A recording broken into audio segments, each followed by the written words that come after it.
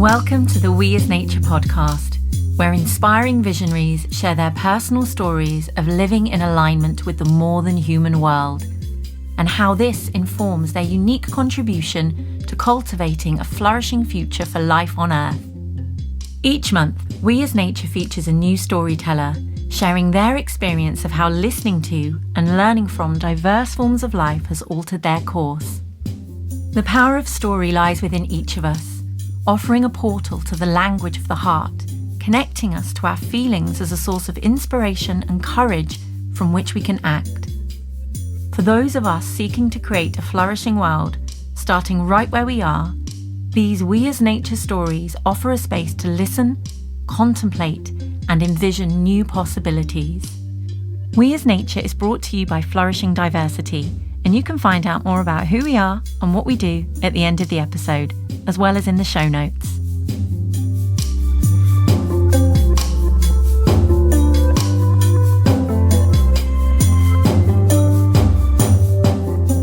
Today we welcome Samantha Colli, a holistic activist and multi-passionate entrepreneur who founded the digital platform de Maya, an initiative seeking to heal and regenerate eco-social ruptures.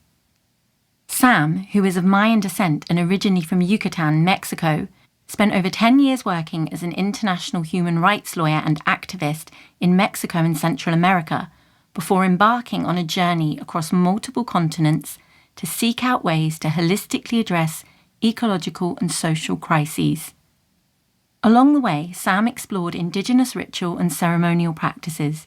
She studied participatory design theories, holistic science, and alternative economies, and participated in social and ecological projects, all of which led her to create de Maya, where through regenerative consultancy projects, a Spanish language podcast, and unlearning experiences, she weaves a new story where we live in harmony with all life on Earth.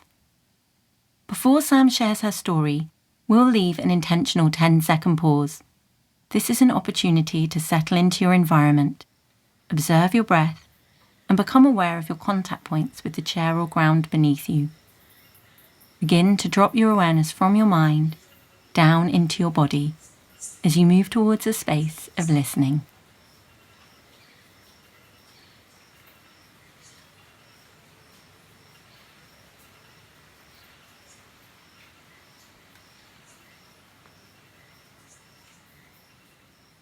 I am so happy and thrilled to be here with all of you. First of all, I would like to thank Flourishing Diversity for the invitation. It is my pleasure and honor, and I feel so humbled to be here with you, sharing a bit of my path, which I believe is also the path of so many of us that are in the search of remembering that we are nature. So today I'll be sharing a little bit about this journey for myself. And I like to picture it as a journey of growing through and steadily separating from this notion of being part of nature and then coming back and remember it. So I would like to begin with a personal sort of like tiny story within the larger story.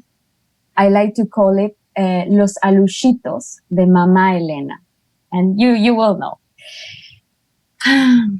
So I would like to picture a place that's surrounded by low jungle, wet, a little bit warm, and it's raining heavily. You might hear the rain. And you can picture two little girls that are playing around inside a house, which is made of some concrete, but also some wood, some palm on the ceiling, and it's raining outside. And these two little girls are playing and laughing, and suddenly you hear two stones knocking on the window. And the youngest girl named is Fatima. And she suddenly tells her sister Sam, Sister, did you hear that? And Sam's like, no, I didn't hear anything. And suddenly you hear those pebbles again on the window. And Fatima is like, now you hear them. And Sam's like, yes, I did hear them. And they're like, oh my God, somebody's trying to scare us. And they run and rush to their grandmother. And they're like, Mama Elena, somebody is trying to scare us. And Mama Elena is like, what happened? We heard these little pebbles on the window and it's raining and nobody's outside. What happened? And Mama Elena is like, no, those are the aluxitos. And the little girls are like, the what? Aluxitos, the aluxes. They are the ego. What is that, Mama Elena? And Mama Elena is like, they are the spirits in forms of dwarfs that they take care of our milpas, of our crops. And even now that we are in the city, they're still taking care of us. And the reason why they're doing that is because they're playing with you. I haven't been able to put their ofrenda, their offering outside because it's raining. But no worries. As soon as the rain passes by, we'll do it together. And we're like, okay, that made completely sense to them. They're spirits taking care of the crops, of the trees, of the plants. And as soon as the rain passed, Mama Elena called the two little girls and she explained them, it is important to render respect to these spirits that are taking care of this land. They are taking care of the trees, the fruit trees, of our vegetables, of our plants. So it's okay and it's good to give them their offerings. And they like to eat maize. They like to eat tortillas. They like to eat something sweet, water. So let's bring this plate to them. And she started to speak with these spirits, explaining them, okay, I'm sorry, it was raining. Please stop joking with these little girls. They are just hanging around. Here's your offering. And we put the plate in a corner in the patio, in the backyard. And it made completely sense for these two girls. And they were aware of how important it was to take care and be in relationship and reciprocity with the nature around them. But one of these girls, Samantha, that was me, I steadily continue sort of like separating from that cosmovision, from that way of seeing and interacting with the world. That was the notion where I was born from, and where I was born in. And I'd like to picture it this way, like that was sort of like the way I was born and how I steadily started to walk away from that in a sense of what's happening today in our world, where collectively we see ourselves as separated from nature. So I went into becoming a human rights lawyer. I wanted to do social justice. I wanted to change the world. So I embarked on this journey that I was determined to help, people in vulnerable situations and all that. But after working all those years in the human rights law, I became aware that law in itself was insufficient, and the way that we were doing was actually perpetuating the system. And I would be there documenting gross violations from human rights communities or environmental defenders, and I wasn't able to tap into that notion, in that cosmovision of belonging to the earth. I was very in my head, gathering all the facts, all the evidence, writing my legal claims, and suddenly, like, I was fighting the right fight, we could say, but feeling that there was something fundamentally wrong with that. And it became obvious when I reached burnout. I reached it twice, but the second one was, again, with a heavy rain. I was living in Costa Rica, where the Inter-American Human Rights Court is. And I was drafting this legal claim for 40 families from Guatemala fighting for the right to health. And I wasn't even able to finish a paragraph. My dead was brain. I was like, oh my God, this heavy rain again outside. And I was like, okay, universe, God, if you are out there, I surrender. And I started to cry and scream. I was so frustrated because of the law was not doing anything. I was being useless. And I was like, oh my God, no, there has to be another way. There has to be another way. And I remember solving, and then the storm passed. I finished that. We presented the claim.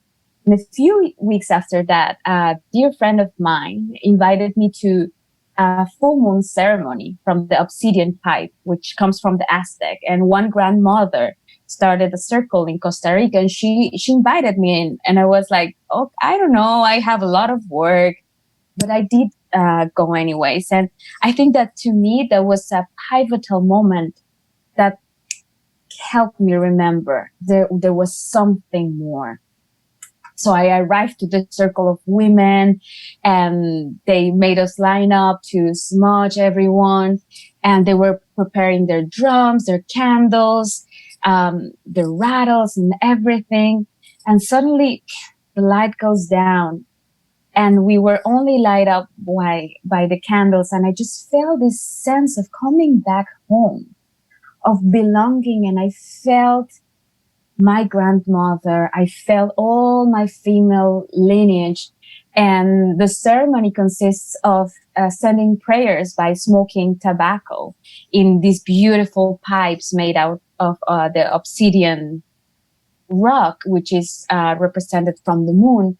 And I was praying for new beginnings. I was praying like, I really believe that we can help creating a better world. But this way that I'm doing now, it just doesn't feel right. It just doesn't feel right for me. So I was praying for new beginnings and feeling this belonging like I'm feeling right now. And the ceremony finished, and I was like, what was that? It just felt different. And a few days after that, I had this terrible bike accident. I had a long weekend in Nicaragua, and I just felt this. I love bicycles, and I was like, okay, let's go around the island in a bicycle. And suddenly the brakes of the bicycle don't work, and we are in a hill. I was with a friend, and I lose control of this bicycle, and I crashed. I broke my wrist. Like, I lost a few of my teeth. So you know now that these are not real. So I was like, what is going on? And I wasn't able to do anything for 2 months. And I was like, okay, so new beginnings. Okay, this is weird. I have time. I haven't had time before. So I began to dream and to meditate. What could I do? And then I had this idea. It just came like that one day, like holistic activist. What if I become a holistic activist? I had no idea what was that. I just was like, okay, I know the traditional. I'm going for the holistic. I'm going to explore this. So I came with this idea of going to India and then come back to Mexico. And I found out about Schumacher College in the UK. And suddenly I met this guy that went to Schumacher with a scholarship, and things began to open. I quit my job, and I was like, okay, there has to be another way, and I'm going to find it. So I made everything happen. For me, it was the following step was coming back to my body to feel again, because I was so in my head. And I began to explore through yoga, meditation in India. And when I came back to Mexico, continued exploring those ceremonies here in Yucatan. And I was still like, not getting, but being there, showing up. And when I was at Schumacher College, we began doing our exploring our dissertation subject. And again, another voice, healing. And I was like, but what does that have to do with ecological design thinking? These voices, I don't get them. But I just followed my hunch. I knew that that's the thing that I had to do. And, with time, tuning more into that voice, this healing open up like ceremonies. Okay, so for social and ecological regeneration. Okay, yeah, that feels right. And I was like, when I began this exploration for my dissertation, I was like, there has to be psychosomatic something again in my head. But I planned all this. I made a crowdfunding campaign. So I went into Costa Rica, Guatemala, and Mexico, which were like very powerful places for myself. And of course, I didn't find out that. Of course, it was not about, the brain or, human rights violation. Nothing worked as I planned. But there were like very particular moments. I met this guy in Guatemala, which took me to the door of the world to give gratitude to the earth. And we were there in this fire ceremony, and he was praying for giving gratitude and also asking for forgiveness to what we've all done to the earth. And we were there with the fire, and I just saw this spider, and I felt like, yes, we need to weave. We need to weave a new story. And I remembered in those ceremonies having this sensation of belonging to the earth, of belonging and remembering that the earth is alive. All the trees, the fire, the winds, all the elements. Oh my God, I remember that aliveness and that belonging. And for me, that exploration was this healing is about remembering that we are whole and that we belong to this big web of life and that we can co-create with it. So with that and this spider, after my dissertation, I created Telar de Maya because I felt we need to remember all that. It's sort of, to me, it feels like, an important step into this transition that we are living through, going from that story of separation, from being only, in our heads and inhabiting full our bodies and our larger body, which is the land. So now that I'm back in Yucatan, or wherever I am, when I smell that wet earth, I always remember that I am nature, and that it's okay to surrender, even if we don't understand mentally, to follow that hunch from our hearts. And remember that they are always aluxitos and spirits helping us move through, through this life and continue living with our earth, remembering that we are nature. Thank you very much. A big thank you to Samantha Colli for sharing her beautiful story, and thanks for taking the time to listen. Since we recorded this episode of We as Nature, Sam has been busy developing El Telar de Maya's consultancy projects, including working with the UN's Office of the High Commissioner for Human Rights in Costa Rica, where she is developing a public policy for Indigenous peoples' access to justice that puts Indigenous cosmovisions at the centre of the process. Meanwhile, in the Yucatan Peninsula in Mexico, El Telar de Maya, along with Mayan communities and other NGOs, are developing a legal claim for biocultural rights in relation to the underground aquifers, known as cenotes, and the rights of the cenotes as nature. You can connect with Sam and stay up to date with her work via the links in the show notes. The We as Nature podcast is recorded live during an online gathering where each month a new guest shares their story and attendees enjoy the opportunity to connect with other listeners. You can find a link to our upcoming We as Nature live events, which are free to attend, in the show notes. We as Nature is brought to you by Flourishing Diversity, an initiative bringing together voices from all over the world to explore humanity's interconnection with the lands, waters, forests, and fellow species. Flourishing Diversity is a path towards a vibrant future and offers a collective approach in response to climate breakdown and biodiversity loss. We create spaces to listen to and learn from all life, raise critical questions, search for alternative answers, and amplify generative biocultural practices.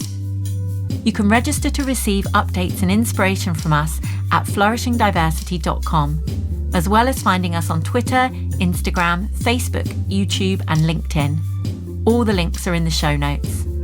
Thanks for being here, and we hope you'll join us again soon.